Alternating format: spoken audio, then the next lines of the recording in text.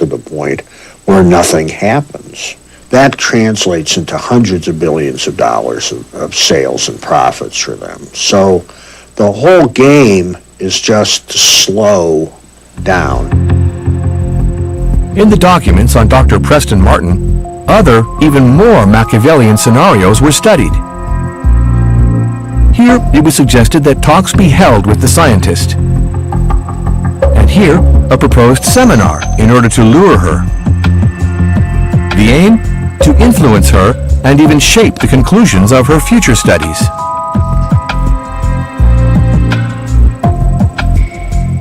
The common point of these documents?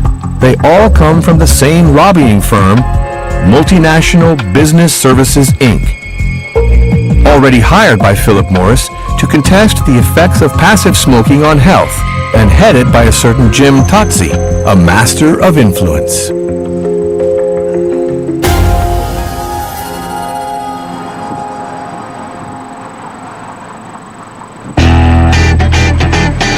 Amazingly, in Washington, the heart of American power, this lobbyist is still well established. As he never answered our requests for an interview, we went to see him without an appointment, with our documents in hand and a hidden camera.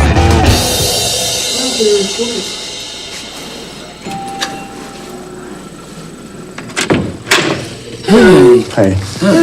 I'm looking for Mr. Jim Totsi. Yes, he works here. Who are you with? I'm a French journalist. I'm working for France 2, and I'm working on the lobbying. Do you have an appointment? No, I was just looking for him because I called from France. But Just step inside, please. Yes, He's not here now. The good news, American lobbyists can be welcoming. We even managed to have Jim Totsi on his cell phone.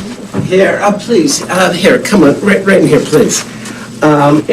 Jim, can you hear me? I can hear you, yeah.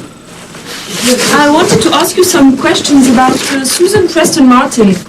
No, I don't even know the lady. How'd you get my name? I haven't read her works or anything. Because you have set up a strategy to discredit her work for Oscar Mayer. So I wanted to know more about this. What? Bruce, can you... What? Excuse me? I have no idea what she's talking about. Hey, but who is this press lady? Which newspaper? I have no idea who you're working for, so I'm going to have to leave. No, I can send you my I'm email. going to have to ask you to leave. I'm just asking for an interview. Look, I understand you have a If you liked the welcoming lobbyist, you'll love the angry one. I'm asking you to have no appointment. No, please leave now. Do I need to leave?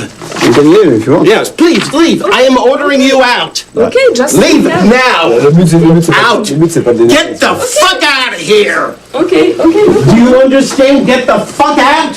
Now get the flying fuck out of here and do not come back.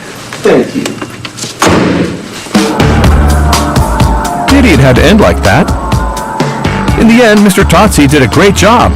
Well, at least for the industrialists. Back then, his anti-Preston Martin arguments were brought into the media spotlight by this health journalist on a major national TV channel a few days after the publication of the famous study.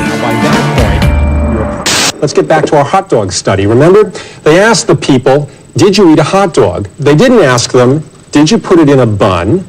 Did you put ketchup on it? Did you put mustard on it? Now, you might be saying, who really cares one way or the other? But that's important because it may be that it's not the hot dog at all that's causing this increased risk of cancer. Maybe it's the bun, maybe it's the ketchup, maybe it's the mustard. So you have to be careful when you read these studies not to say, oh, this causes this. The powers that be didn't go any farther. The 1970s nitrites file, which could have resurfaced, remained locked away. You're probably wondering what Susan Preston Martin thinks, the woman targeted by the lobby.